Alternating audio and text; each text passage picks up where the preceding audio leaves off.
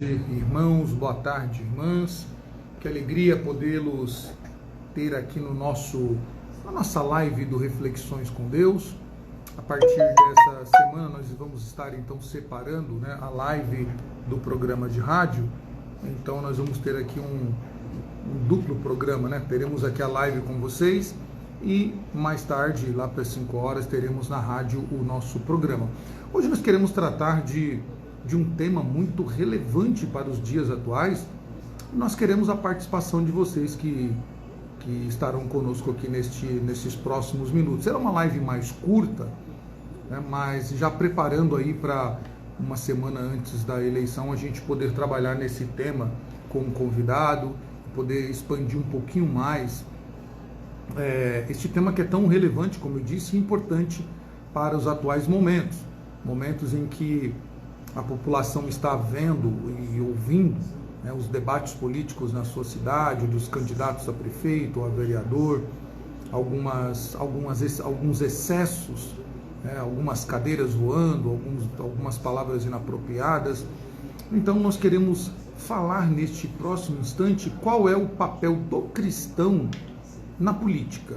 O cristão deve se envolver com política, o cristão deve se envolver não só votando, claro, é um direito e ao mesmo tempo é uma obrigação, o cristão, como fazendo parte de uma sociedade, fazendo parte de um povo, ele deve então cumprir com a sua responsabilidade e obrigação, que é votar.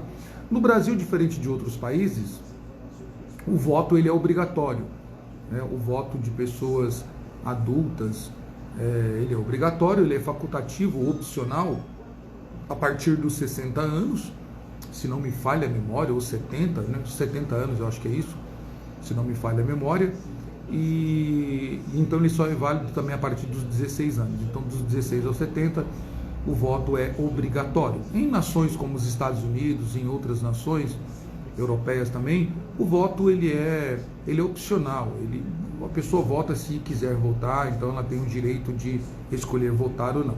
Então, como no nosso país o voto é obrigatório, então nós temos, como cristãos que fazemos parte de uma comunidade, temos então que votar.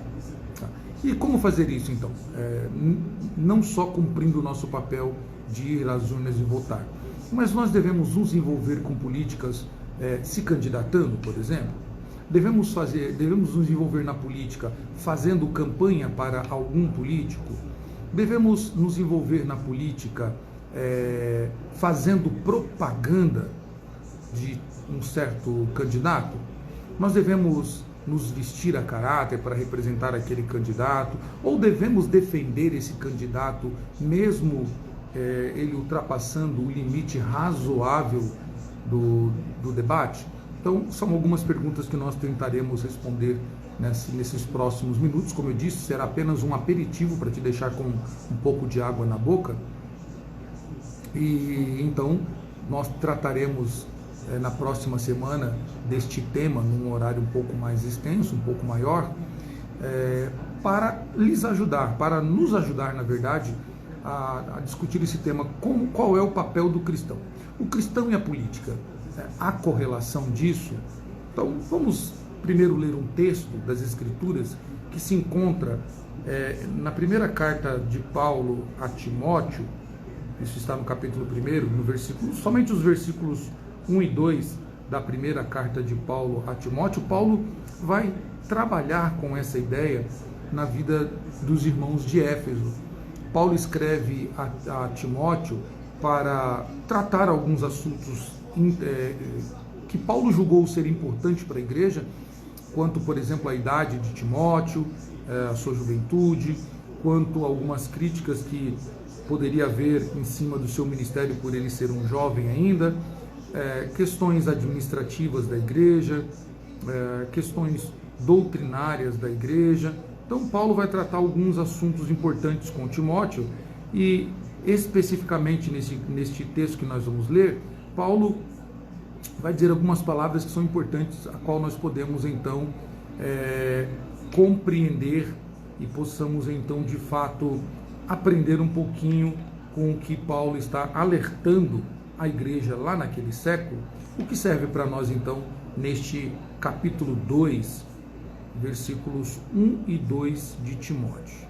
Deixa eu aqui que abriu errado aqui, minha Bíblia está... Agora foi o texto certo. Então vejam só, versículos 1 e 2 do capítulo 2. Antes de tudo, pois, exorto que se use a prática de súplicas, orações, intercessões, ações de graças em favor de todos os homens, em favor dos reis e de todos os que se acham investidos de autoridade, para que vivamos vida tranquila e mansa, com toda piedade e respeito. Tá?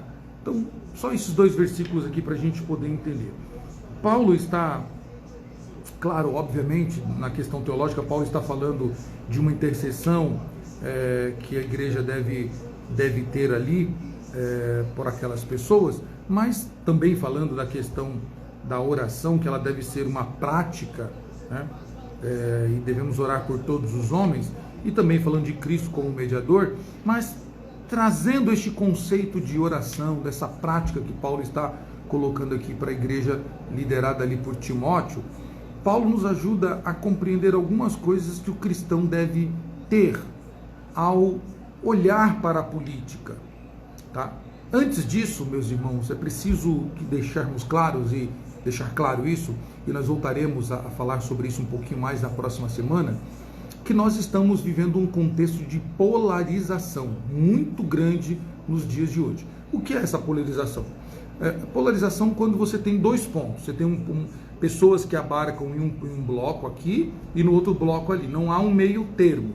Então existe essa polarização, ou você pertence a A ou você pertence a B, não há um meio termo, não há um equilíbrio no pensar político. Então nós precisamos fugir dessa polarização, sem contudo perder os nossos princípios, sem contudo deixar os nossos valores de lado, mas não cair no erro da polarização. Eu acho que, inclusive, o povo está ficando um pouco mais atento quanto a isso. Então, olhando para esse texto de 1 Timóteo, capítulo 2, versículos 1 e 2, onde Paulo aconselha Timóteo que se deva orar por todos os homens, né?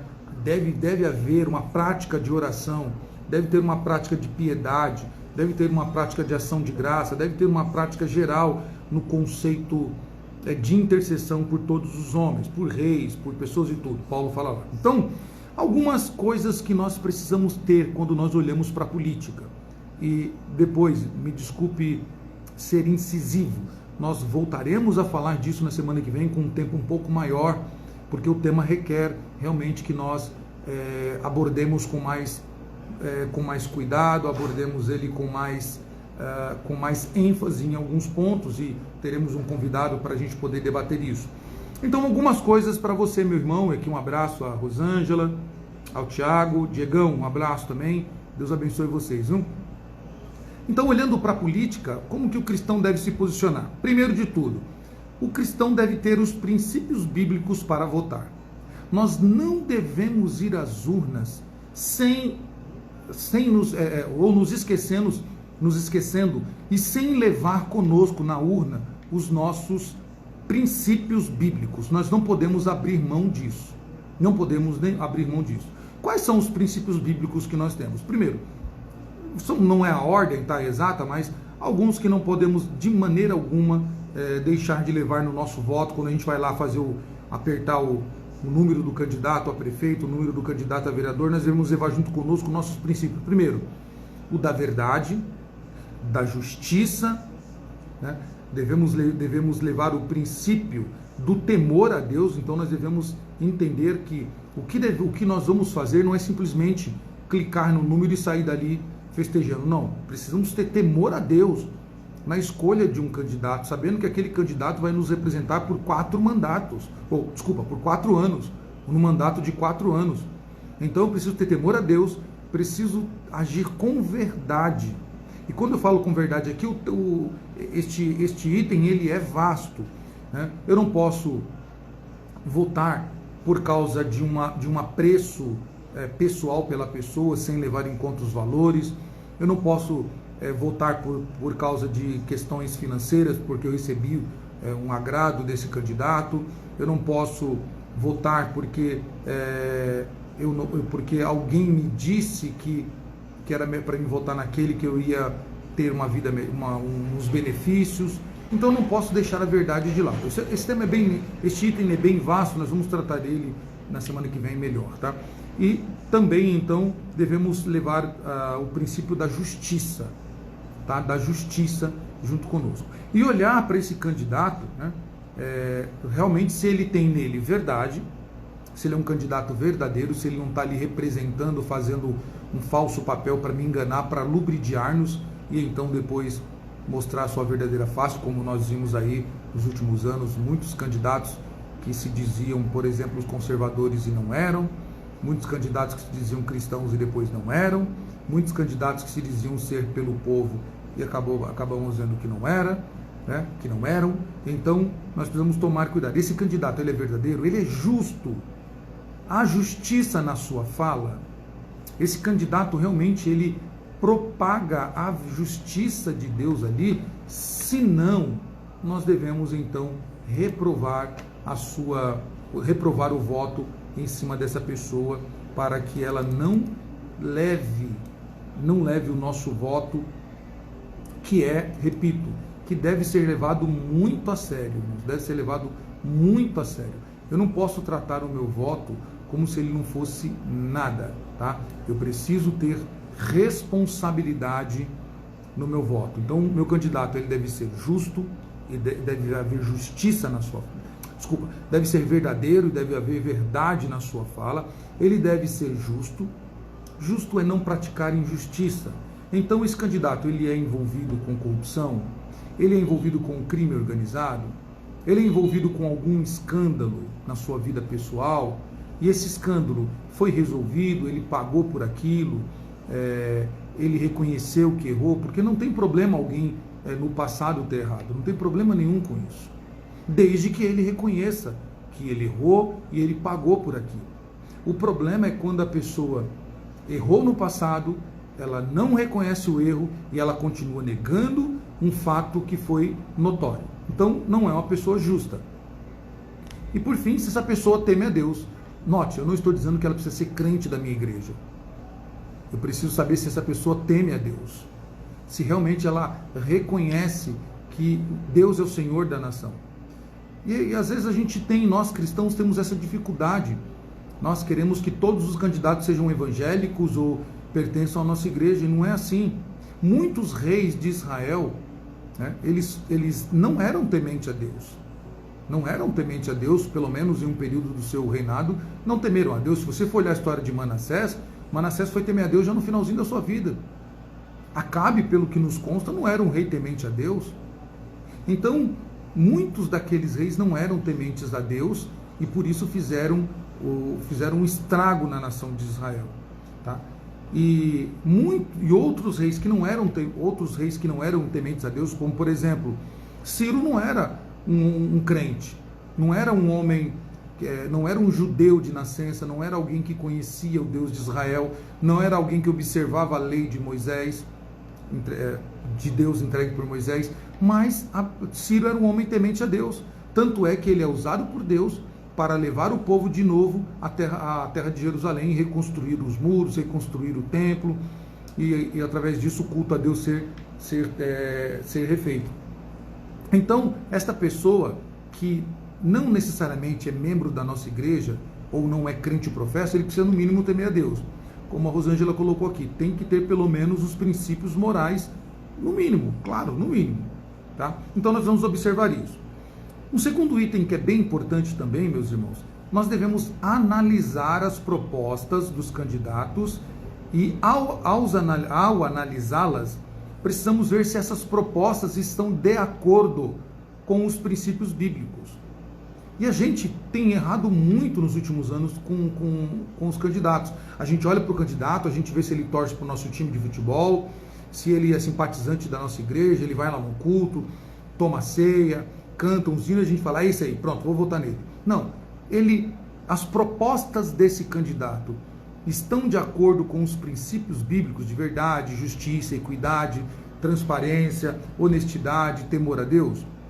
Então, se um candidato, a proposta dele é trazer para a escola pública ideologia de gênero, já não é o candidato. Já não é o candidato que eu vou votar. Se o candidato que ele está propondo, né, propondo na proposta é boa, né? Se ele está propondo para o seu mandato mais Estado, ou seja, mais impostos, mais força do Estado, mais controle do Estado, né? Então já não é um candidato que eu vou votar, porque o princípio da Bíblia é que nós somos submissos a Deus, tá? Quem controla a nossa vida é Deus, mas há um princípio de liberdade do povo. Nunca nem Deus promoveu algum rei para que ele oprimisse o povo. Pelo contrário, Deus sempre regeu, sempre orquestrou a história para que o homem fosse livre dessas amarras governamentais. Então eu preciso analisar essas propostas. Se o candidato tem proposta de legalizar o aborto, já não pode receber o nosso voto. Não importa se ele é bonito, se ela é bonita, não importa se fala bem, não importa se foi na igreja, se até ele diz que é evangélico, mas não há concordância entre a proposta dele e o princípio bíblico. Se o candidato diz, vamos legalizar as drogas, olha, não tem como um cristão votar num candidato que quer legalizar as drogas. Então nós precisamos olhar as propostas dos nossos candidatos e verem se essas propostas estão de acordo com os princípios bíblicos ou não. Se não estiver de acordo com os princípios bíblicos, não deve receber o nosso voto. Um terceiro item, meus irmãos, que eu creio que esse aqui, todos nós sofremos disso. Nós não podemos ter amnésia política, tá? O que é amnésia política? Nós devemos lembrar do que eles prometeram nas eleições passadas e não cumpriram. Então, na sua cidade agora, onde você está, você vai voltar para prefeito, para vereador, nas cidades pequenas, como onde eu estou aqui, é muito mais fácil da gente controlar isso, mas cidades grandes, como onde estão Tiago, Rosângela e Diego, é um pouco mais difícil, pela questão de ser uma metrópole, né? São Paulo, Rio de Janeiro, Belo Horizonte, então fica mais difícil, mas para cidades pequenas é mais fácil. O que foi que aquele prefeito prometeu que ele não cumpriu? Ele teve 4 anos para cumprir uma simples proposta que ele divulgou nos seus comerciais de propaganda eleitoral, nos seus santinhos, né, nas suas distribuições, nas distribuições dos seus panfletos, estava lá a proposta que ele ia colocar.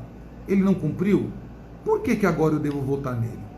Por que esse vereador que jurou que ia fazer isso, ia fazer aquilo, que ele ia interagir com a Câmara para tentar buscar novos recursos para a cidade e tal? Notem, não estou dizendo que nós devemos votar num candidato que prometeu construir uma igreja, que deu material de construção para a igreja. Esquece isso, meus irmãos. Se algum candidato oferecer isso, já é um motivo para você não votar nele, tá? A igreja não precisa de nenhum favor de nenhum político. Igrejas que recebem, tá? Vou deixar isso bem claro. Igrejas que recebem favor ou recebem benefícios de políticos para garantir voto da comunidade, é uma igreja que se prostituiu. Este é o termo sem nenhuma reserva. Se prostituiu. Igreja não precisa de nenhuma ajuda de nenhum político. Ela faz parte da sociedade, ela precisa ter a mesma responsabilidade que qualquer pessoa na comunidade deve ter na hora de entregar o seu voto. Para isso, então, nós devemos aqui, usar a cabeça. Não podemos ter uma amnésia, não podemos esquecer do que eles prometeram. Eles prometeram e cumpriram? Recebe o nosso voto. Vamos reeleger esse prefeito, esse vereador. Ele teve 4 anos e não cumpriu, e agora, faltando 3 meses, ou faltando 2 semanas para ter o primeiro turno, ou o turno único, aí ele começou a asfaltar a rua, começou a abrir rede de esgoto, começou a aumentar o transporte, começou a abrir crédito. Ele está brincando com você, está brincando com a gente. Então ele não merece o nosso voto. Um outro item que nós precisamos ficar atentos, irmãos, de novo para os irmãos que chegaram aqui, irmão Adelina, o Tiago, nós estamos tratando aqui do cristão e a política, uma síntese apenas, porque nós voltaremos a falar desse assunto na próxima semana com um convidado. Vamos abordar por um tempo um pouco maior, hoje vai ser um tempo um pouco mais curto, mas é só uma pincelada, é só um deguste do que nós iremos tratar na próxima semana. Então nós falamos até agora aqui que nós precisamos votar diante dos princípios bíblicos, precisamos analisar as propostas desses candidatos e ver se estão de acordo com esses princípios bíblicos. Não podemos ter amnésia, nos esquecer daquilo que eles prometeram e não cumpriram. E agora nós precisamos aprender com homens que atuaram na política biblicamente. Então nós devemos olhar para os candidatos, olhando para aqueles que na Bíblia foram governantes, foram agentes políticos, como por exemplo José. José no Egito mostra como deve ser um candidato, ou como deve ser um governante, perdão. Como que alguém deve governar uma cidade? Assim como José governou. Primeiro, com responsabilidade. José ele sabia que ele ia ter um tempo de fartura. O que ele fez? Não saiu gastando, não saiu ampliando. Ele fez o quê? Economizou. Ele foi fazendo o quê? Um controle, foi gerenciando, trazendo consciência econômica ao Egito, para que nos 7 anos de privação de recursos, o Egito pudesse se sustentar, e não só se sustentar, mas sustentou também povos vizinhos. E o Egito então se tornou uma nação muito rica, muito próspera, por causa da gestão econômica que José implantou no Egito. Então veja, um homem que soube ter responsabilidade econômica. Meus irmãos, nós estamos vendo hoje no nosso país uma aberração econômica. Uma aberração econômica. Quando você pega os jornais virtuais para você ler, ou mesmo jornal físico, quem gosta, você olha lá os gastos que são feitos com dinheiro público, com assuntos pessoais, com comidas. É inaceitável para mim, me perdoe se vocês discordarem de mim, mas é inaceitável para mim um político ir num restaurante almoçar e ele gastar 12 mil reais de almoço. É inaceitável para mim, porque aquilo é dinheiro meu, é dinheiro seu. É inaceitável que numa passeata como a 7 de setembro, o nosso governo federal tenha gasto 14 milhões. Eu disse 14 milhões para uma passeata que tinha lá gatos pingados. É inaceitável. É inaceitável que um político ele tenha benefícios estratosféricos que ultrapassam inclusive o salário que ele ganha. Se ele ganha 20 mil, o que ele tem de recursos dá 60, 70, 80 mil. É inaceitável para mim. Isso mostra que eles não têm responsabilidade econômica. Quando você gasta mais, quando você faz com que a sua cidade, o seu estado ou o seu país gaste desenfreadamente, você está mostrando que você não é um grande gestor. José é um grande exemplo de um ótimo gestor. Salomão, o grande rei, o grande monarca de Israel, no melhor tempo administrativo de Israel, Salomão soube como trazer e fortalecer politicamente, porque ele fez alianças políticas com todas as nações, evitando assim o quê? Guerras. Evitando assim o quê? Que Israel fosse atacado pelas nações vizinhas. Claro, Salomão cometeu exageros com essas alianças políticas, já sabemos disso, mas o importante é que ele soube fazer o quê? Soube como negociar com as nações vizinhas. E fortaleceu então Israel politicamente. Financeiramente, que nem se fala. Israel foi tão próspero que diz que não se viu uma nação tão rica posteriormente como Israel, diante da sua força econômica. Israel também se fortaleceu o quê? Belicamente. Israel, embora fosse uma nação pequena, Israel não estava desprotegida. Israel estava bem fortalecida, e qualquer um que ousasse guerra contra Israel sofreria, porque Salomão equipou muito bem o exército de Israel, fortalecendo, fazendo com que ele fosse temido pelas outras nações também, ao pensarem em guerrear contra Israel. Então nota, eu falei 3 coisas básicas. economia, né? A economia, alianças políticas e também o fortalecimento do seu exército. 3 coisas simples que um governante deve fazer. Então nós precisamos olhar para esses modelos para compará-los com o que nós temos hoje. Tá? Um outro fator que nós precisamos ter aí na hora de votarmos é não tornar a nossa posição política a mesma da nossa igreja, ou seja, não transferir para a nossa igreja a nossa posição política. Então, se você tem apreço por um candidato, se você olhou para esse candidato e você entende que ele é o melhor para votar, vote nele, mas não faça o seu voto o voto da igreja. Não tente comercializar este voto dentro da igreja, fazendo boca de urna, né? Fazendo campanha eleitoral dentro da igreja. O ambiente da igreja, meus irmãos, é sacrossanto. O ambiente da igreja é exclusivamente para a glória de Deus, para o louvor a Deus, para a adoração a Deus, né? A igreja presbiteriana do Brasil, ela tem por princípio não ceder o seu púlpito para nenhum candidato. Nenhum. Ele pode ser irmão na fé. Ele não terá o púlpito da nossa igreja nos cultos. Tá? Nos cultos, não terá. Então, não adianta algum candidato querer ir lá no culto de uma igreja presbiteriana, subir no púlpito, falar, né, dar uma saudação. Não vai ter isso. Ele vai sentar como todas as pessoas, vai ouvir a ministração da palavra, vai louvar a Deus juntamente com um grupo de louvor, vai prestar culto a Deus. No final do culto, pode conversar com as pessoas, né, sem fazer campanha dentro da igreja, sem entregar santinhos, sem entregar o seu jornalzinho político. Ele faz isso da porta da igreja para fora. Então nós não podemos transferir o nosso voto para dentro da igreja. Tá? Não podemos, porque isso não é correto e é violar um local sagrado que deve ser somente do Senhor.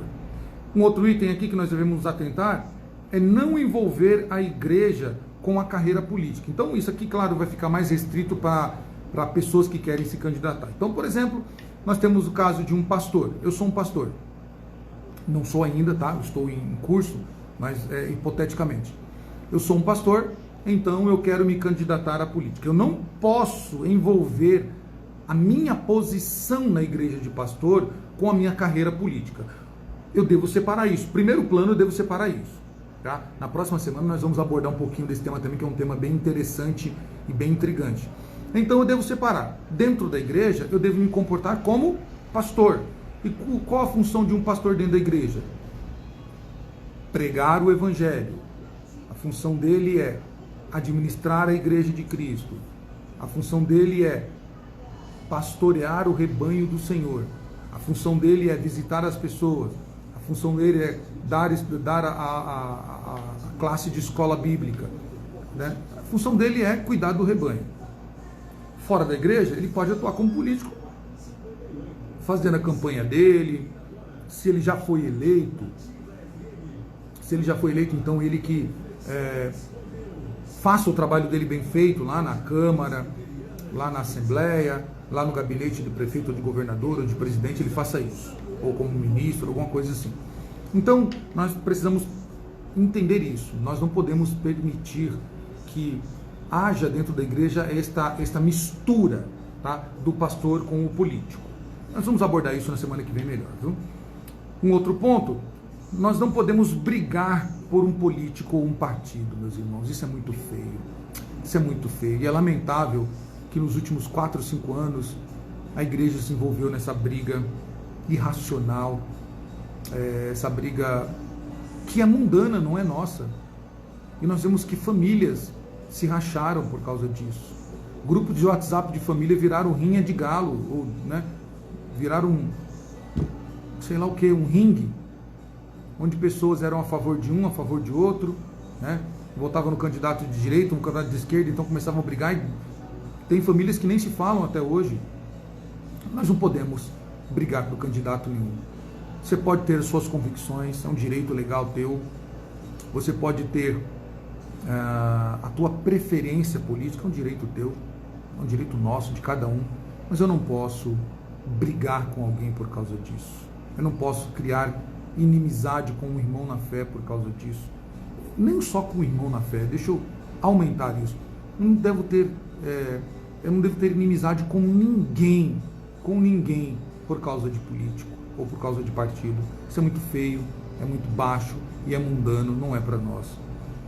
Um outro item, já partindo aqui para o final, é que se o obreiro, ou pastor, né, ou o obreiro geral, ele foi chamado para a política, minha posição, tá? Aqui não é uma posição da Igreja Presbiteriana do Brasil e nem de nenhuma igreja evangélica, é minha posição. Então quem está falando é Samuel Anderson Nunes. A minha posição é que aquele que foi, se ele se sentiu chamado à política, que ele abra a mão do pastorado, que ele abra a mão do ministério. Eu sou contra uma pessoa que quer ser um candidato político, seja prefeito, governador, presidente, ou vereador, ou deputado, ou senador, ou ministro de alguma coisa, que ele continue sendo pastor, que ele carregue esse título de pastor. Eu sou contra, porque o chamado pastoral é o maior chamado que um homem pode ter na sua vida. É o maior chamado que ele pode ter na sua vida. Nenhum chamado nesta vida, né, chamado a ministério, é maior do que o chamado pastoral. O chamado pastoral é uma dádiva, é uma honra, a gente se dedica. Nós estudamos por cerca de 10 anos. Eu estou no 9º ano.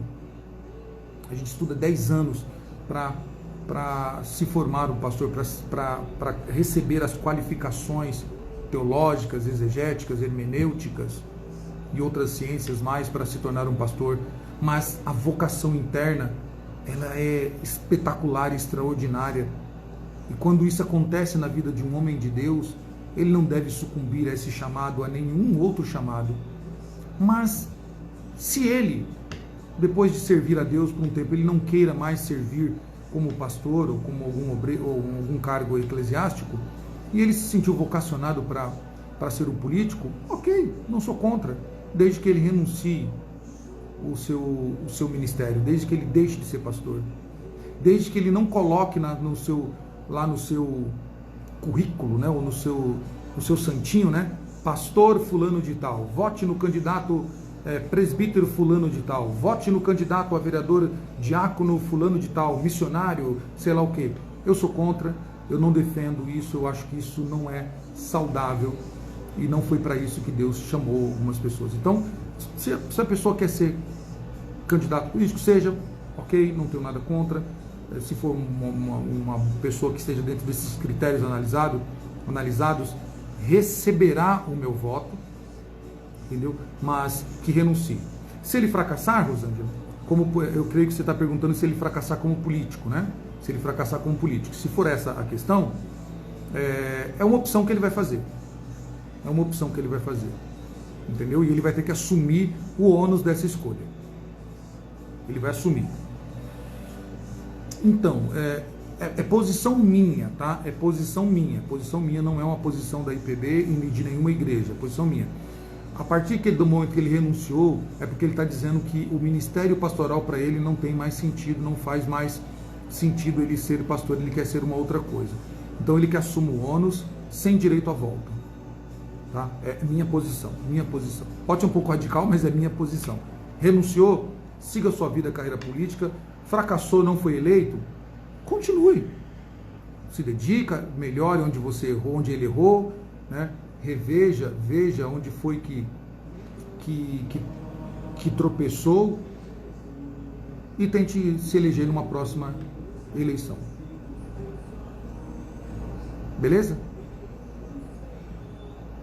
Com isso, meus irmãos, para a gente encerrar aqui, algumas coisas importantes que você deve lembrar também para escolher o seu candidato, tá? Primeiro, não se esqueça, é sua obrigação, é nossa obrigação orar pelas autoridades, eleitas ou não eleitas, tá? Então nós devemos orar por todos, é assim que diz 1 Timóteo capítulo 2, devemos orar por todos, tá? Pelos reis, pelos governantes, por todos.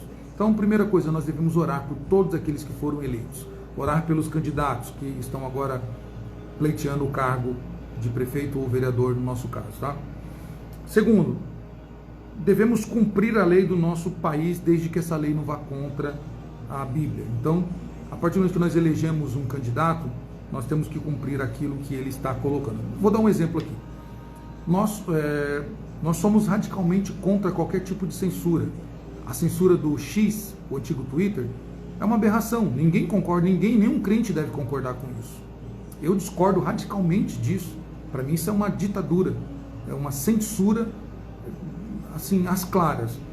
Mas nós temos que cumprir esta recomendação é elogio meu, né? Essa determinação do nosso Supremo Tribunal Federal que derrubou a plataforma do X, então nós devemos cumprir, tá? Porque não é algo que vá contra as Escrituras.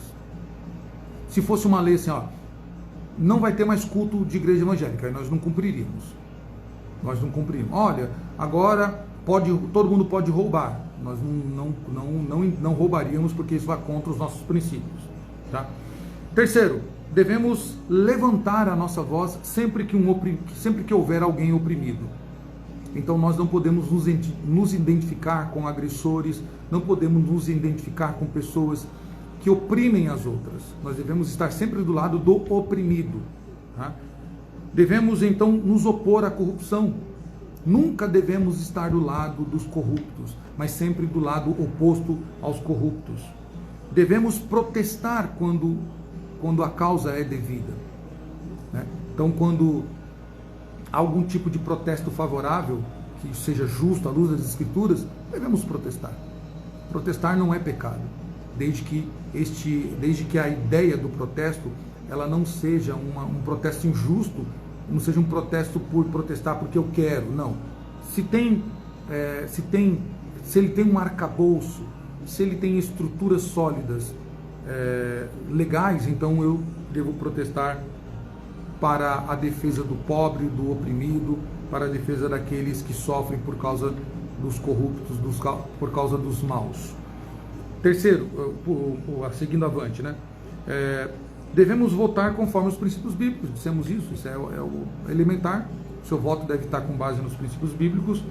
E nós, como cristãos, nesse momento de turbulência política, devemos promover justiça, paz e harmonia. Neste momento que requer de nós, de mim, de você, que somos cristãos, devemos promover paz, justiça e harmonia. E por fim, irmãos, devemos lembrar de algo que nós não podemos jamais esquecer, e aqui nós encerraremos a nossa live de hoje. Convido a você a abrir a carta de Paulo aos Filipenses. Olha o que Paulo diz no capítulo 3, no versículo 20. Por quê? Porque quando nós votamos, nós temos a ideia de que o tal candidato ou candidata vai ser o salvador da pátria. Ele vai nos salvar da fome, vai nos salvar da crise econômica, vai nos salvar das coisas ruins dessa vida. Nós devemos lembrar uma coisa: nós não somos cidadãos dessa terra. Nós não somos cidadãos dessa terra. A nossa pátria não é aqui. Por isso, olha o que Paulo diz: pois a nossa pátria está nos céus, de onde também aguardamos o Salvador, o Senhor Jesus Cristo.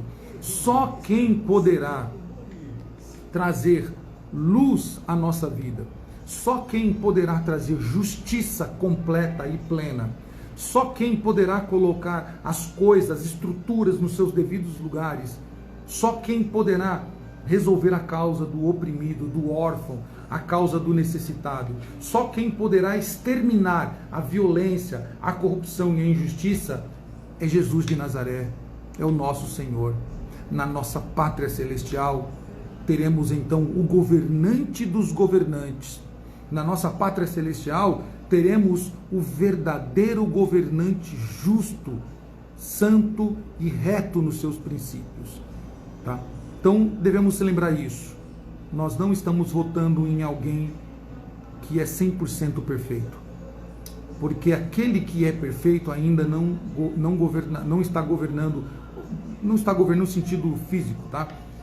Mas daqui a pouco ele voltará para governar a nova Jerusalém, o novo céu e a nova terra para sempre. E então, como cidadãos dos céus, nós sabemos que, enquanto na terra todos os governantes são falíveis, todos os governantes não conseguirão exercer 100% daquilo que nós almejamos que um governante tenha ou governe.